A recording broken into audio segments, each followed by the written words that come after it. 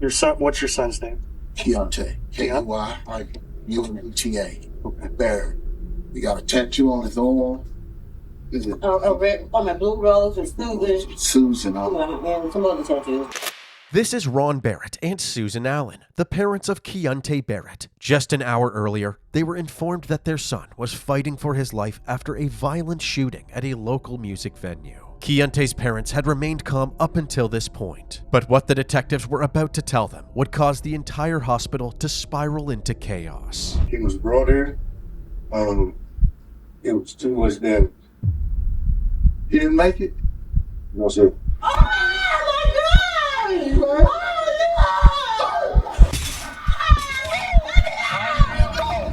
After pushing past the detectives, Keyunta's parents ran down the hallway and announced their son's death to a waiting room full of more family members, resulting in total anarchy.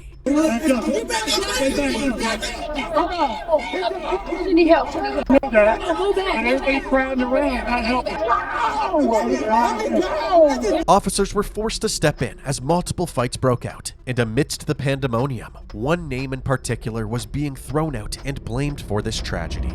Following this clue would lead to a complex investigation with multiple suspects. Hey! Dozens of witnesses. I'm telling you, this man right here is a genius. Whatever he's doing, you this close to going to jail right now, so don't play with me. And ultimately, a killer that nobody expected. Anybody in our group, anybody you ask will tell you up and down that's not even possible. It will never happen. We're all like family.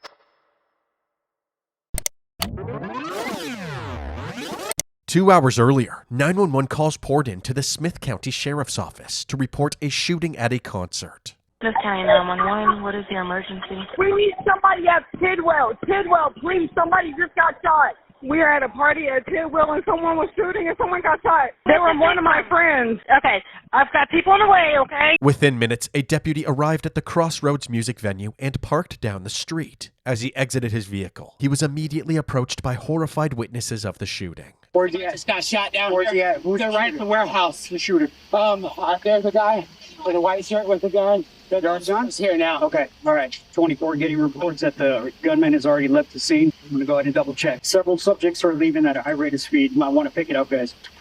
Nobody knows. Nobody knows at this time where the suspect is. You guys okay? Yes, somebody up there that's bleeding. He's bleeding out. Hey, sir, he got shot and bleeding.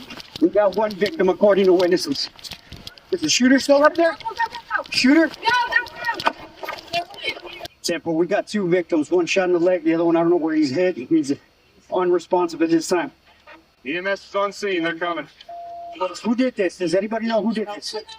Nobody? No. As you just heard, the officer quickly located two gunshot victims. One victim was Contrell Miller, known as Trell. Trell had been shot in the leg but was immediately cared for by a close friend, who helped tie off the wound and save his life. The other was 20-year-old Keyundta Barrett, aka Head. Keyundta was shot twice in the back and was already unconscious. First responders performed CPR as they waited for EMS. Up the hill, unit on the right, 2 gunshot wounds, and you'll see him right at the top of the hill.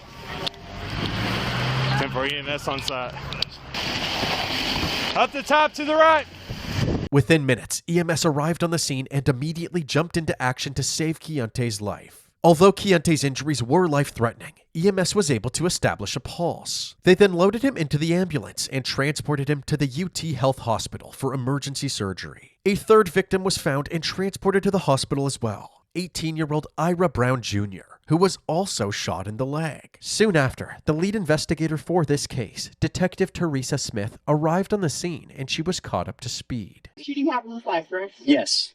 You're going to walk in, there's a stage right in the middle. On the left-hand side is where the casings are. Inside the building, drinks were thrown to the ground, chairs were flipped over, and multiple objects were covered in blood spatter from the victims being shot. Also, 2 9mm bullet casings were found on the stage. This evidence alone wasn't enough to piece together the events of that night. So, while the Criminal Investigations Division gathered physical evidence, deputies relocated the witnesses away from the crime scene and focused on gathering as much information from them as possible. This blood is my friend's. That's who I was carrying. That's who I was carrying. 2 was shot in the leg. 1 is headed to the hospital right now, and 1 shot in the side. I don't know. You didn't see anything happen? No, sir. Shots started going off probably like 10, 15 seconds after the fight started. And as soon as it happened, everyone got down and got off the stage. Speaking with the witnesses, the deputies learned that 15 to 20 people were on the stage when a fight suddenly broke out. Moments later, 5 to 6 shots were fired from an unknown shooter. At this point, the investigators had only found 2 bullet casings, so there must have been more of them somewhere in the venue. While the investigation at the crime scene continued, detectives Sean McClanahan and Ty Roderick Loftus were at the hospital getting the surviving victims' sides of the story, starting with Kentrell. We're trying to figure out if there was a beef with somebody, if there was somebody pissed off at you or him. If you guys were up there rapping, was it a rap battle? Were you talking crap about somebody? Most definitely get, like, we were just trying to get people off the stage that didn't belong. And dude was just going on. And then started throwing his thing. Everybody else started fighting. I feel. Do you know who that dude was? All Kentrell knew was that he was on stage with his friends when some random guy in a green bandana started harassing them and punched him in the face. He didn't know the person who had punched him, and he didn't see anybody with a gun. Since Kentrell's story was extremely vague and didn't provide much useful information, the detectives moved on to the next victim for answers, Ira Jr. So what's going on? Basically, we're at a function. Some people had gotten into an altercation, and they jumped on the stage and swung at one of my friends. Then next thing I know, we don't know who shot. What was this? Was this like open mic or a certain group performing? Or I mean, what was this? It was just a group on the stage. What was the name of the group? It was TVS and Head Hunchos. Ira describes the Head Hunchos as a group of friends that make music and frequently throw local parties. All 3 of the victims were part of the Head Hunchos, so it was likely that whoever shot them had some sort of beef with them. The dude in the green bandana, the dude that kept jumping on stage, someone was just trying to get him to calm down or whatever, because he kept just jumping on there, acting a fool. And then after that, I just saw some punches thrown and then clap. Have you ever seen him before? The dude with the green bandana? I've maybe seen him like once or twice around town. Although Ira couldn't remember who the guy in the green bandana was, the deputies at the crime scene found somebody else who might know. Colin, another member of the Head Hunchos, had a good view of the stage when things started to go downhill. Oh, did you see anything? I was the DJ. Okay.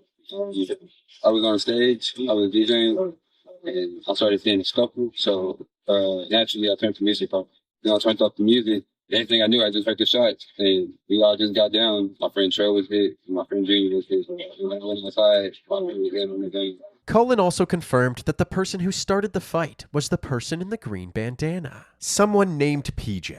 PJ? PJ is one of the people involved in? Yeah, that's what I only know his alias is PJ. He said that there was a lot of tension with PJ since he had picked fights with the Head Hunchos in the past. So nickname just PJ, or is that short for something? Those who's it might be short. PJ. Anybody know where PJ lives? The apartment complex in Tyler. That's all I can tell you. He lives there with his mom. Okay. So PJ lives with his mom. Although nobody was accusing PJ of being the shooter, he might know who the shooter was. Witness interviews were wrapped up, and back at the hospital, detectives received word that Keyundta had succumbed to his injuries. As you saw at the beginning of this video, Keyunta's parents were then brought into a private room where they learned the tragic news about their son. He was brought in. It was too much damage. He didn't make it. No, sir.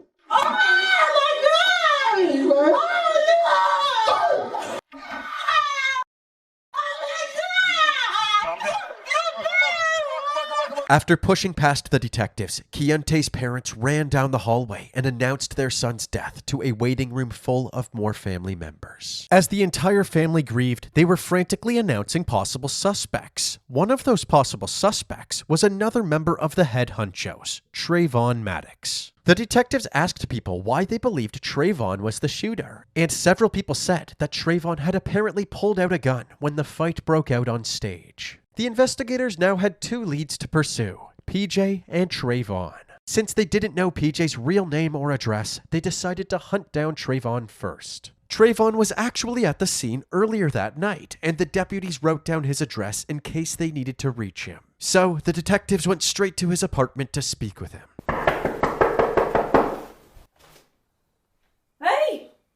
Trey, how are you? Good morning. Hey, so of course, you know why we're here, right? About what happened last night? Yeah, because I know you were one of the individuals there, right? Yes, ma'am. Okay. Did you ever know if any of them like made it? Cause I know one of them died, but the other two. Did you ever go to the hospital? I couldn't go to the hospital because they thought I did it. They thought like I shot him, like literally.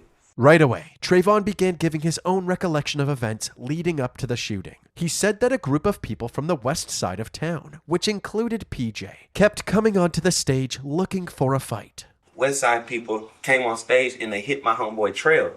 Okay. So when they hit him, I heard 2 gunshots. He got hit in the leg. He said, "Oh, I'm shot." So I grabbed his gun. I shot in the air. There's a bullet hole in the, you can go look at Tidwell. There is a bullet hole in the air. The reason I shot my gun in the air, or Trail's gun, because he got shot. I was trying to get everybody out of there. Following the gunfire, everybody ran out of the building, at which point Trayvon saw Keyundta lying on the ground. We didn't know he was shot. We thought he was drunk or something. I thought he was drunk, literally. Yeah. I was like, get up, get up, get up. And then he was like, bro, I'm shot, I'm shot. And we looked at his back and his head and he was actually shot. And so I stayed there the whole crime scene. Like the police got my name and everything. So that's why I was so Yeah, that's why we're here to talk to you and stuff like that. That's why I was so confused when they say I shot him. Like I would not stay in no crime scene if I shot somebody. Where's the gun at? You said, where is the gun? Yeah. The gun is in my car. Like, I didn't drive my car here because I was drunk. Already, the detectives were suspicious of Trayvon's story. He said that 2 gunshots went off, and then he fired a warning shot into the air. But while telling the story, he points his gun at the air while describing the first 2 shots, as if he had actually shot first. The detectives also couldn't help but wonder why Trayvon didn't report these details while at the scene. Yeah, you're right. Everybody has been mentioning your name and stuff, okay? And that's why we're here. Just to let you know, yeah, we do need you to come with us, though, okay? We are going to be detaining you right now and taking you downtown, okay? Because here's the thing, and you're right, I want to get your side of the story. I want to know exactly what happened, and if that's what you're telling me, tell me so I can find these people, because you know that... Can I get dressed? Yeah, well, yeah, can he... Shoes on? Yeah, can he come in? Yeah, go ahead. Go ahead. What kind of car are you driving? I drive a Crown Vic. After grabbing some new clothes, Trayvon was escorted to the sheriff's office for a formal interview. Yeah, that's what. All right, Trey, please do me the kindness of walking me through what happened tonight. Trayvon told them the same thing that he said at his apartment, that a group of people from the west side of town shot up the party, and the only reason he fired his gun into the air was to disperse the crowd. I'm glad I didn't go to hospital because they thought it was me, because they seen me with a gun. The only reason they seen me with a gun is because I was on stage. The other people that were shooting were in the crowd. That's why they couldn't see them with the gun. So they seen me with the gun. When I shot in the air, they seen me with the gun, and they were like, "Oh, he has a gun. He shot the party up." Like, that's basically what happened. Like, basically. So this individual that punched Trail, do you know his name or anything? His name, PJ. PJ. Okay. Is there anything that sticks out about PJ? He's very short and he has dreads. Very short. Okay. All right. Very short. He's very short. He has dreads.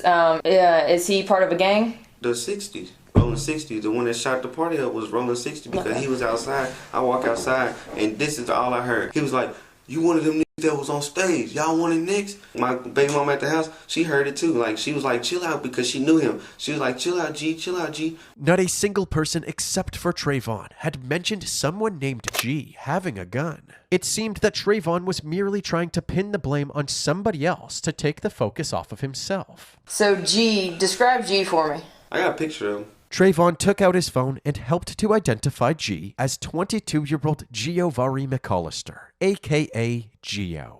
So let me ask you this. Why didn't you tell us this story while we were on scene? I was just drunk. I did not want to say anything that didn't happen or anything that over-exaggerate something, so I was just keeping it short, and I would talk to y'all tomorrow. Although they were skeptical of Trayvon's accusations towards Gio, it was important to rule out any potential suspects. So, Trayvon was charged with deadly conduct for discharging a weapon during the party, and he was kept in custody while several deputies staked out Gio's house. At around 10 a.m., Giovari was seen leaving his house in a black Chevy Impala. The deputies followed him and decided to pull him over. Hey, felony stop, guys, felony stop.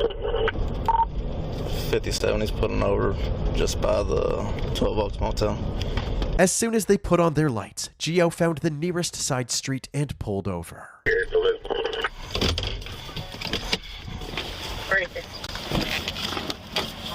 Driver, roll down your window. Go ahead, throw your keys out. Keep your hands out the window. Step out. Keep your hands up. Turn away from me. Back up slowly. Keep backing up. Hey, stop right there.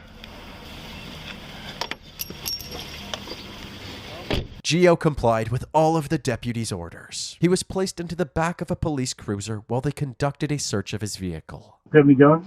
Yeah. In your trunk? What kind of gun is it? It's a Glock.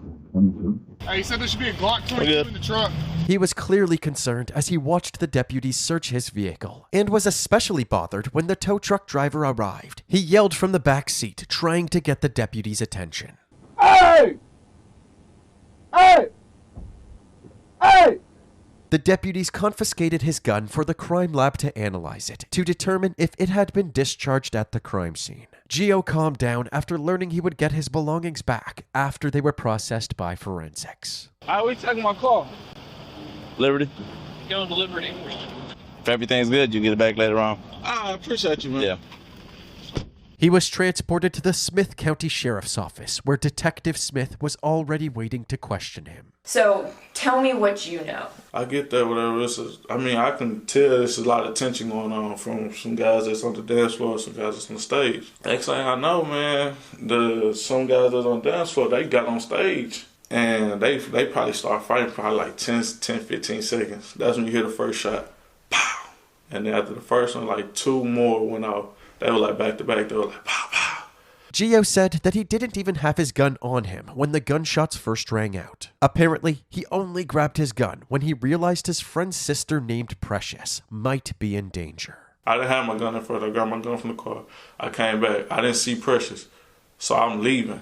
So once I'm leaving, 2 young dudes like, hey, bro, can you get in the car with you? I'm going to ride. So I dropped them off, and that was it. That's the thing, right now, of course the reason why you're here is because people saw you with, you had a gun in your hand, so people saw me, and that's why I told y'all, like, I'm finna go look for Precious, and if anything go on, I'm gonna defend myself. Did you, at any point when you were in there, did you see anybody with a gun? Did you see any of that? With the shooting, like with that part, like on stage and with the fighting, the shooting, I cannot tell you who threw the first punch. I can't tell you who shot who. I can just tell you exactly what I seen and exactly what I did last night. The detectives were ultimately unable to poke any holes in Gio's story. However, they kept him detained while they searched his house for evidence. During the search, they were unable to locate any evidence of his involvement. All they needed to clear Gio's name at this point were the results from the crime lab to see if he really didn't shoot his gun at the party. Likewise, the only way to clear Trayvon as a suspect was to test his gun as well and determine if he truly did shoot it just once, like he claimed. However, during his interview, he informed the detectives that finding his gun might be more difficult than expected. Where the gun is right now, y'all are going to have to drag a lake to get that gun. Because, like, you see the messages where I cussed my homeboy out for throwing that gun in the lake. Because I told him that is my only evidence of proving that I did not shoot him. Like, did he throw it in the lake? I hope. Hope not? I hope not, but that's what he told me. He said, I hope he's, like, lying and just trying to keep the gun. And I hope he gives it back once y'all talk to him. To clarify, Trayvon was saying that his friend Nathan apparently threw his gun into a lake even though Trayvon never told him to. The detectives found this story extremely suspicious and struggled to believe that Trayvon had no part in his gun being disposed of. Regardless, they didn't let this hiccup discourage them. Even if it was submerged in water, it may still be viable for forensic testing if they could find it soon enough. Deputies immediately went to Nathan's house, and while a dive team searched the pond on his property, Nathan was brought back to the sheriff's office for an interview. He told the detectives that several members of the head honchos showed up to the hospital after Keyundta died, and one of them came up to Nathan with something important to tell him. She shows up and she's like, I've got this, Trey gave me this gun. Trey gave Egg the keys to his car and gave Egg the gun. And she's like, we have to get rid of it, Trey said. And then she had said she wanted to go to Lake Tyler to drop it off and throw it in the lake. And this is where I was just like, that's dumb. Don't do it there. People are gonna see you throwing it. Just come out to my land and put it in my lake. She just kept freaking out, and said she wanted to get rid of it. And I was like, fine, just give it to me and I'll do it. So she took the gun out of the trunk and handed it to you? Yeah, she followed me down to the lake, and then I threw it in the lake and we just went back. According to Nathan, he was just trying to help his friend, who he believed was innocent. Anybody in our group, anybody you ask will tell you up and down that's not even possible. He never even pointed it at anybody. I saw him pick it up and he went straight up, shot it, and then he put his arm back down. Okay. Although Nathan made the investigation much harder than it needed to be, he didn't receive any criminal charges and was free to go after handing over his phone as evidence. Thanks to the diving crew, the gun was found rather quickly and sent directly to the crime lab for forensic testing.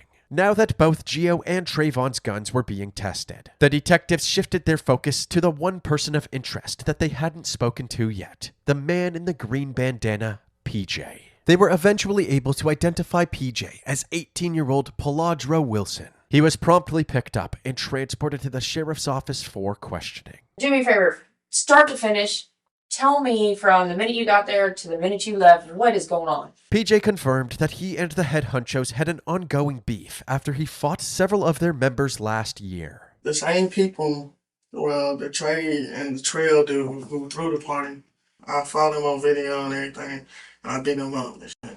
Ever since then, he never liked me. However, PJ didn't care that he was unwelcome and went to the party anyway. I got into an argument with a girl. She yelled in my face. Me and my boys just walked off. I'm on probation, so I don't smoke. I don't smoke weed. I'm in my right mind, and nothing can throw me off at this point. I remember everything. It's crystal clear. Following his scuffle with the girl he stepped on, he and his friends were hanging out at the back of the venue when Cantrell got on the mic and called him out. And then the other dude that I fought, he said, "It's some pussy in here trying to fight a female. They need to get the f*** out." What? I hope he's not talking about me, because that was the only altercation. I wasn't trying to fight no damn girl. So I go up to the stage, I'm confronting him. Like, Trey, pull up his shirt. We see the gun. What the fuck? PJ said that this interaction annoyed him, and he admitted to starting the altercation that led to the shooting. But despite nobody accusing PJ of being one of the shooters, he ended up giving a 29-minute monologue trying to convince the detectives that he had no reason to shoot anybody, and he had nothing to hide. I don't have no motive to shoot any of them. Don't have no gun. I done laid all the chips on the table. Whatever y'all want to know. Man, all that you just said sounded dumb as shit. What you mean? Just what I said. You this close to going to jail right now, so don't play with me. If they was something lame, why were you there? It was their party. About 30 hoes posted this on Snapchat. I don't care what they do. Regardless. It was a party. Hey, when I shut your mouth without talking. This argument continued for a while, but eventually the detectives explained to PJ that all they wanted to know was who he thought the shooter was. I'm telling you, this man right here is a genius. Whatever he doing like raise my blood pressure high, low. Because I'm catching your line. Besides Trey, all right, besides who had a gun? Who shot? Him. That's it. The only person you saw a gun with was Trey. And that was on my life. That's on my little girl. I heard he got shot. And nobody didn't shoot him but his goddamn friend. And that's the honest to God truth. Not gonna say if he did shoot, but that's the only gun that I seen at the party with my own eyes. And that's the God honest truth. PJ's interview was wrapped up, and he handed over his cell phone for analysis. They gonna go through all my messages? What you worried about? I got some in there. Oh my Lord have mercy, we don't care about that. Yeah, Seriously? You're not looking for. Over the next month, multiple more witnesses were interviewed and several phones were thoroughly searched, but there were no breakthroughs in the case. Then, on May 18th, the forensic analysis finally came back from the crime lab. The detectives brought Trayvon into the interrogation room one last time to share their findings. We do have to tell you something. What is that? And it's not good news. What is that? Barrett Mm-hmm. and Keyundta. Keyundta? Yeah. Yeah. Yeah, he was murdered by that gun. How was he murdered by that gun? How was he shot by that gun if I did not shoot him with that gun? How was he murdered by that gun? The bullet that killed Barrett came from the gun that was in your hand. How? Forensic science, okay? They did all the testing. The gun was shot more than once. You may have not realized it. I did not shoot that boy. That was my friend. I know. Why would I shoot him? Honestly, I believe it was an accident. I Do you believe it was an accident? did not shoot him. The detectives informed Trayvon that he was being charged with murder, but Trayvon refused to believe that he could have done that to one of his best friends. He insisted that he only shot in the air and suggested that it may have ricocheted off of the roof and hit Keyundta. But regardless of how it played out, the detectives believed that he was responsible for Keyunta's death since he had intentionally pulled the trigger. However, the murder charge ultimately didn't hold up, and he later pled guilty to manslaughter. He was sentenced to 10 years in prison. As for Gio, the forensics for his gun came back clean, so he was cleared as a suspect. It seemed like this was an open and shut case, but there's one crucial aspect of the case that we mentioned earlier but never revisited. Moments later, 5 to 6 shots were fired from an unknown shooter. At this point, the investigators had only found 2 bullet casings, so there must have been more of them somewhere in the venue. It turns out that the crime scene investigators had discovered 3 more bullet casings, but they weren't the same kind as the one Trayvon had shot. Therefore, even though one of Trayvon's bullets was responsible for killing Keyundta, this confirmed that there was more than one shooter. To this day, no other shooters have been identified, and nobody but Trayvon has been charged in this case. Treyvon Maddox currently resides at the Smith Unit in La Mesa, Texas, and is set to be released in the year 2029.